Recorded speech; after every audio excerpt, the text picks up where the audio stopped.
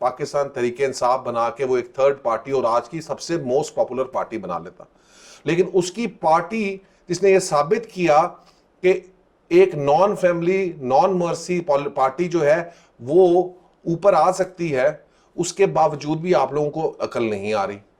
آج بھی آپ اٹھا کر ایک کرپٹ شخص کو آپ اپنا لیڈر مانتے ہیں, جو کنوکٹڈ ہے اس کو 10 سال کی جو ہے سزا سنائی گئی ہے کورٹ کے اندر.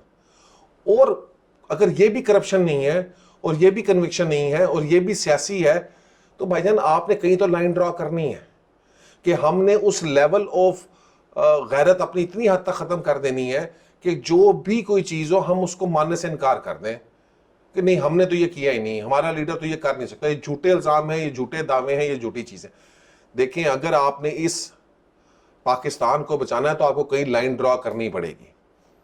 میں مانتا ہوں کہ ہو سکتا ہے کچھ صحیح سیاستدان بھی اس لائن کی وجہ سے جو ہے وہ خراب ہو جائیں, ان کے اوپر جو ہے وہ الزامات لگیں, غلط الزامات لگیں, اور بعض اوقات جو ہے وہ ایک ایماندار شخص بھی اس میں پیسا جا سکتا ہے. مانتا ہوں میں اس بات کو, لیکن اگر عدالت بھی معیار نہیں ہے, اگر سزا بھی معیار نہیں ہے اس بات کو پرکھنے کا کہ یہ بندہ کرپٹ ہے یا نہیں ہے, تو اس کا مطلب ہے آپ نے تو معیار ہی ختم کر دیا. آپ نے کہا جی بے شک آپ جیل میں جائیں, بے شک آپ 20 سال قتل کے مقدمے میں رہیں, آپ لیڈر ہیں.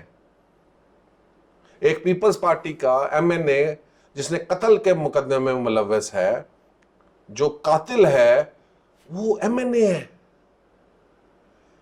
اچھا ادھر سے ایک وہ شخص جو ضمانت کے اوپر ہے اس کو آپ نے پرائم منسٹر بنا دیا ہے.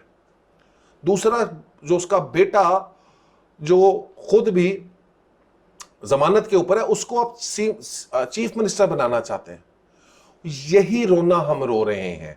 یہ جو قوم باہر سڑکوں پر آ رہی ہے وہ اس رونے کی وجہ سے آ رہی ہے, اس مسئلے کی وجہ سے آ رہی ہے.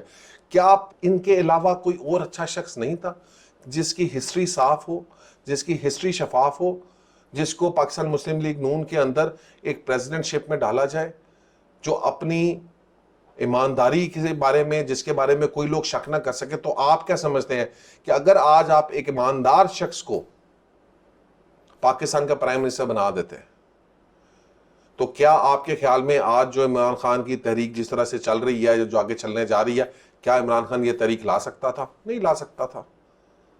اس کو خاموش بیٹھنا پڑتا, اس کو ویٹ آؤٹ کرنا پڑتا. تو every action has an equal and opposite reaction.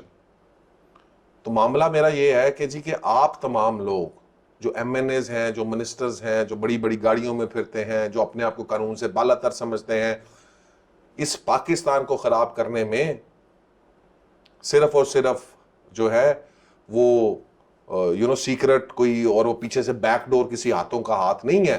آپ کا قصور ہے. آپ بڑے سیانے ہیں, آپ فوری طور کے اوپر الزام لگا دیتے ہیں اسٹیبلشمنٹ کے اوپر, چیزوں کے اوپر, اس کے یار انہوں نے یہ کیا, انہوں نے وہ کیا.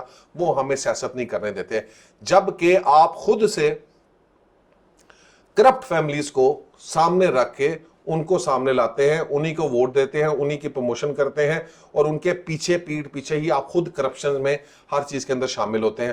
کون سا پاکستانی ہے جس کو کھڑا ہو کے کہتے ہیں جی پاکستان میں کرپشن نہیں ہے اور میں جو باتیں کر رہا ہوں وہ غلط ہے؟ کیا پچھلے 30-35 سالوں سے پاکستان کے اندر جو ہے وہ کرپشن جو ہے روز بہ روز بڑھ نہیں رہی, اور کیا کرپشن کی ایکسیپٹیبلٹی روز بہ روز زیادہ نہیں ہوتی جا رہی؟ تو یہ جو آپ ریئیکشن دیکھ رہے ہیں جو آپ لوگوں کے خلاف ہے, یہ کوئی آسمان سے یا یہ کسی خلائی مخلوق نے پیدا نہیں کیا. یہ اس عوام کا فیصلہ ہے, کیونکہ عوام اس چیز سے تنگ آ گئی ہے. عوام یہ دیکھ دیکھ کے روز روز کا آپ کی کرپشن کے مسئلے, آپ کے پیسوں کو دیکھ کے, آپ کے کچھ فیملیوں کی مورسی سیاست کو دیکھ کر یہ قوم اب تنگ آ گئی ہے. اور یہ جو طبقہ ہے جو اب باہر نکل رہا ہے, یہ وہ طبقہ ہے جو پہلے شاید پالیٹکس کے اندر اتنا انوالو نہیں تھا, وہ ووٹ دینے بھی نہیں جاتے تھے, لیکن اب شاید ان کو احساس ہو گیا ہے کہ اب ہمیں نکلنا پڑے گا, ہمیں چینج ہونا پڑے گا, ادروائز ہمارے اوپر یہی کرپٹ لوگ, یہی کرپٹ مافیاز ہمیشہ کے لیے حکمران رہیں گے. اور پاکستان کو اگر ہم نے بچانا ہے تو یہ وقت ہے. ہر بندے سے میری ریکویسٹ ہے کہ اگر آپ سمجھتے ہیں کہ ہمیں کرپشن سے نجات چاہیے, ہمیں کرپشن سے جان چھڑانی ہے تو اس وقت ہمیں ایک قوم بن کر اس طرف سوچنا پڑے گا. ادروائز پھر پاکستان کے لیے کوئی، آپ کے بچوں کے لیے اس پاکستان میں کوئی برائٹ فیوچر نہیں رہے گا. پھر بہتر ہے کہ جناب اپنا بوریا بستر پیک کریں، کوشش کریں کسی باہر کے ملک چلے جائیں اور وہیں پہ ہمیشہ ہمیشہ کے لیے جو ہے نا وہ شفٹ ہو جائیں، کیونکہ یہاں پر تو پھر اگر انہیں کیا تو ان کو ہی ملک دے دیں اور ہم سب لوگوں کو جو ہے نا ملک سے باہر پھینک دیں تاکہ ہم باہر چلے جائیں، کیونکہ یہ انہی کا حق بنتا ہے کہ یہ کھائیں پیئیں، ایک دوسرے کو اوپر ڈنڈے سوٹے چلائیں، گنڈا گردیاں کریں. باقی جو شریف لوگ ہیں ان کو تو یہ برگر سمجھتے ہیں اور یہ سمجھتے ہیں کہ جناب یہ تو چونکہ گنڈے نہیں ہیں تو ہم تو ان کو پکڑ کے جب مرضی مار لیں، دھونس دکھا لیں. یہ شریف لوگ ہیں، پڑھے لکھے لوگ ہیں، ان کا کیا ہے، یہ تو آگے سے نہیں بول سکتے. تو لہٰذا موقع ہے، آپ کو اللہ تعالیٰ نے ایک لیڈر دیا ہے. میں دعا گو ہوں کہ آپ اس لیڈر کو جو ہے وہ سلام پیش کریں اور اس کے پیچھے کندھے سے کندھا ملا کے چلیں اور دیکھیں کہ پاکستان کو جو ہے وہ ہم کس طریقے سے ایک بہتر اور ایک چمکتا دمکتا پاکستان بنا سکتے ہیں. بہت بہت شکریہ. اللہ حافظ.